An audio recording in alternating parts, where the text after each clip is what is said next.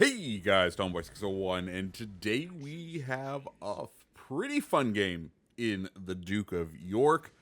We end up with more XP, even though we lose, than anyone else in the game, which means we outscore the enemy if we took base XPs by 1 point or 1.5 times, which is pretty cool. Just some other things to know about this game. This is when I was grinding towards number of fires set, so you are probably going to notice some non-optimal shell pickings, shell typing, shell using, mainly because I'm trying to stick to HE in order to get the 60 fires that were needed for last week's weekly havocs. So you may see that throughout this match. What ship we're in? We're in the Duke of York, captained by Charles Madden, giving us a blazing rate of fire. Inspirations are going to be Megatron and Iachino. We noticed, we first picked up like, okay, what's going on? What exactly do we want to do? We spawned mid, which honestly is one of my favorite spawns here, just because of its ability to give you fun games. A lot of times people just say, if they're not in a destroyer, they just say FB. They just can't, like, look, we spawned with people. We spawned with a teammate. He's gone. He's fucked off to A. We're here now all alone in B.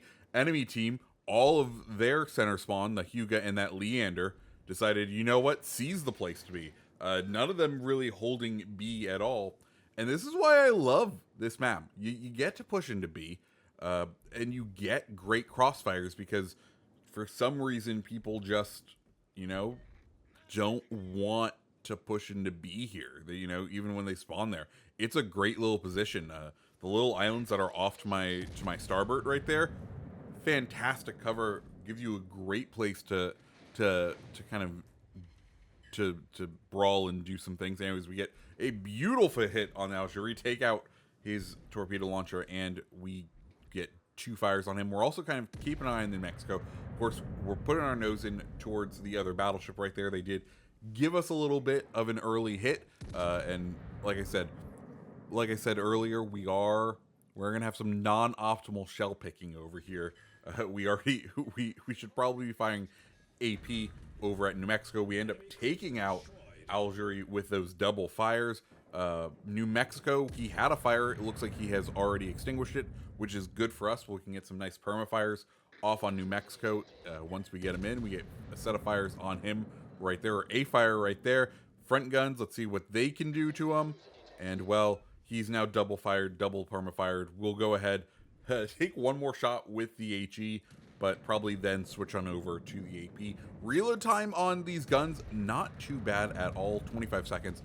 So it's not lightning quick. We haven't fully built into reload, but Duke of York does a fairly good job with having a fairly fast reload speed. If you're not familiar with the Duke of York, think of it as a premium version of the King George V.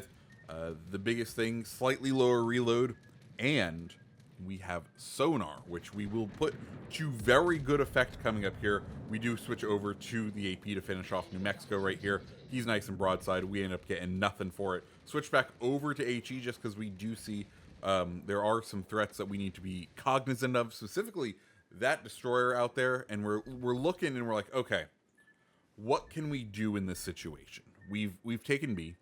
Our team has taken A. They have 3 ships over at A. I hope those 3 ships, with their combined will and firepower, will be able to handle the destroyer, and I don't need to worry about him. I can go ahead and use this beautiful crossfire that we've now established to try and, get our team the leg up. We have the cap superiority right now. This is a good plan. We're like, okay, we believe in our team. We're gonna count on them in this moment. We're trying to see, can we get our guns to rotate? Of course, we're in a battleship, not exactly the quickest rotating guns. The T-61 ends up taking out the Gallant right there, and our 2 friendly teammates down there, none the wiser to help the lone destroyer. Of course, we didn't really either, but we had a plan here. We want to go mess with this Gneisenau. He's coming in, of course. Gneisenau, he has the torpedoes. We understand the game plan that's going on in this Gneisenau's head. We'll go ahead, hit it into full reverse. Additionally, that T-61 is probably making a beeline towards us because, one, it gets him closer to his team. He needs support. It's not like he's going to take out a cruiser and a battleship on his own, so it makes sense if he wants to push towards us. We're going to go ahead and start reversing here because we want to draw out the length of this engagement with the Gneisenau. We've gotten the fire on him. We want to make it so that he can't use his torpedoes. The longer he can't use his torpedoes, the better it is for us. So we're going to go ahead, try to whittle down his health right here. Leander playing it smart in the backfield out there, making it, of course, good thing for us. We don't have, he's only has AP, and we're staying decently angled. We're starting to get to the point where, yeah, he's going to start hitting those shots. But earlier, he wasn't able to do too much damage to us, which is exactly what we want. Nice. Now, on the last bit of his health, we take him out with the AP. Go ahead, hit full forward. And we've already saw those torpedoes come by us, so we know T-61 is, he's definitely found us as his new delicious, juicy target. We're going to try to use this kind of island right here for cover as we slow down. We drop spot, which kind of gives us an idea of where this T-61 is. So as he drops spot, we're kind of tapping the gas, trying to get it so that we kind of put ourselves between us and that T-61. Since we kind of got an idea of where he was, we see the torpedoes fly in the rear as he threw the torpedoes in the rear, and that also tells us this is a Mosquito. This is someone probably using that blue Furiosa build on that T-61 because that's a very quick reload on those torps. So we do need to be prepared to dodge them. We go ahead, hit the sonar now, because if he's trying to come up through that island, we want to be able to spot him. He gets pushed in. We see his torpedoes come loose. We're going to go ahead, hard turn in, full reverse, and, well, finish him off with the main barrels there. Nicely dodged. Thank God we had sonar. If we didn't have sonar, that probably would not have occurred. Okay, next up, Leander.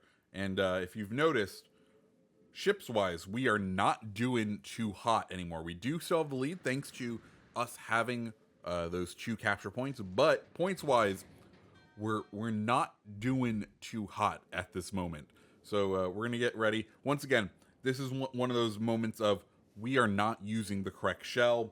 If you're in this situation, you may want to use AP, but once again, we're just trying to get numbers of fires up because we want to be able to finish our weekly havocs.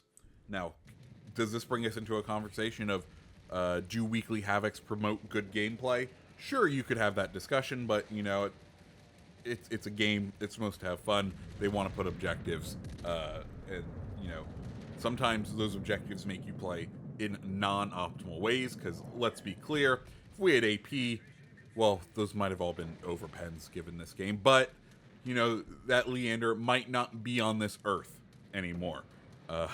Anyways, we start taking fire from the front. We're going to see if we can hit Leander one more time. Of course, he was very bold up until we hit him there. That was a good time all around. But anyways, he's kind of disengaged. We're going to go ahead, try to see what exactly is firing at us over this hill right here. We know the Hyuga is pushing on the rear. We know he probably still has a good chunk of health because we only got like 1 salvo off on him and it wasn't that impressive. We're seeing if our rear gun can make it around to this Leander in time, but he's about to sail out of our range. We've at this point with 2 ships down, we're like, okay, I guess we're gonna have to actually try and be productive and be a productive teammate and use correct shell types. So we've gone ahead, switched over to the AP because we know bow on Helena, we can go ahead, punch straight through and do some real good damage if we can hit. We pick up the Confederate right there. We're gonna see, they're taking B right now, so the plan right now, as we get a huge hit on Helena, try to move into C, maybe secure it. This is gonna be rough because, well, they do have that enemy aircraft carrier who's nearby. He can easily drop us, he can easily reset us. Helena, until we wipe him, it's gonna be a problem. Helena off the map Excellent. We use our repair party, get the 2 fires handled.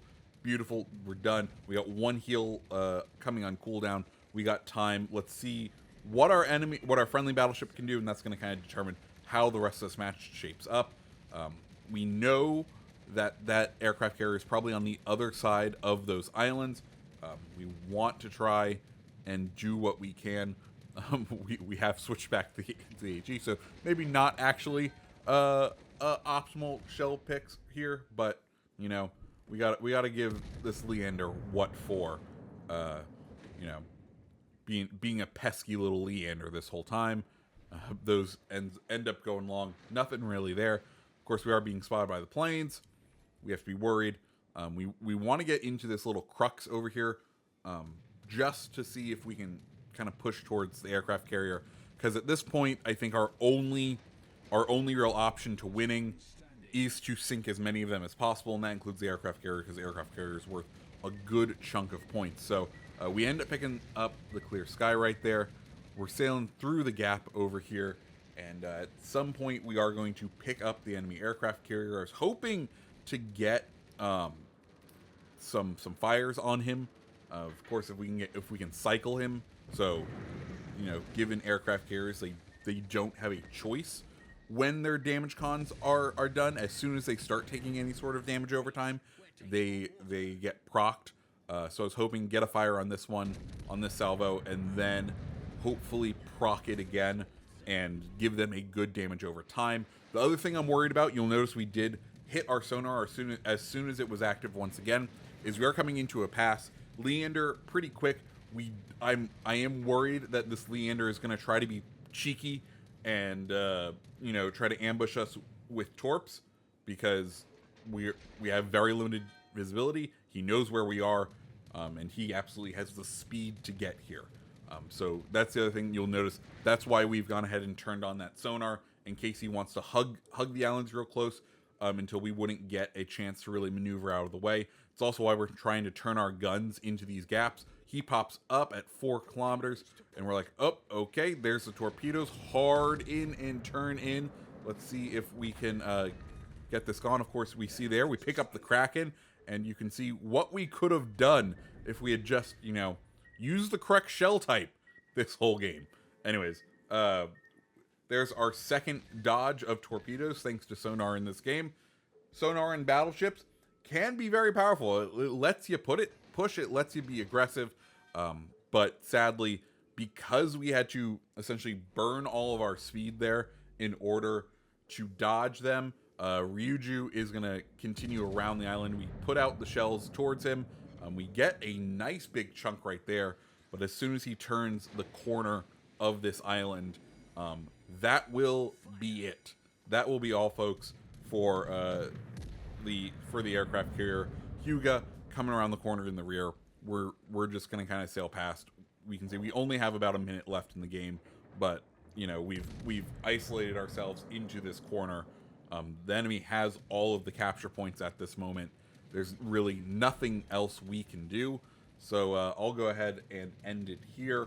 And as you can see, we end the match with 23,070 XP, which is a couple more XP than the top player on the enemy team. And of course, remember, the enemy team gets a 1.5 times multiplier. So, woo! We were the best, even though we lost. Kraken, High Cow, Clear Sky, Confederate Dreadnought, all the good medals. Guys, if you liked the video, go ahead and hit the like button, hit the subscribe button, and I hope you have a fantastic rest of your day.